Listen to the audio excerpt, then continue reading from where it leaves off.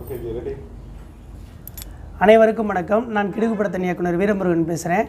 இன்றைக்கி ஐயா காளையார் கோயிலில் எதுக்கு வணங்க வந்திருக்கோம்னா, கலன் திரைப்படம் வந்து ஜனவரி 3ஆம் தேதி ரிலீஸ் ஆகுது. அந்த படத்துக்கு அண்டி ஐயா வணங்க வந்திருக்கோம்.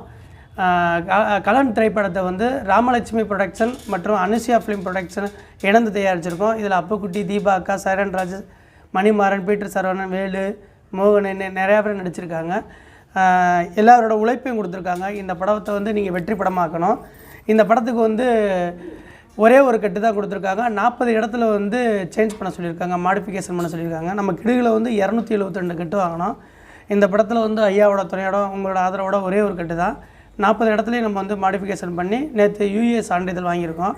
அதையும் ஐயா இடத்துல வந்து நம்ம வச்சு சாமி கும்பிட்டுருக்கோம்.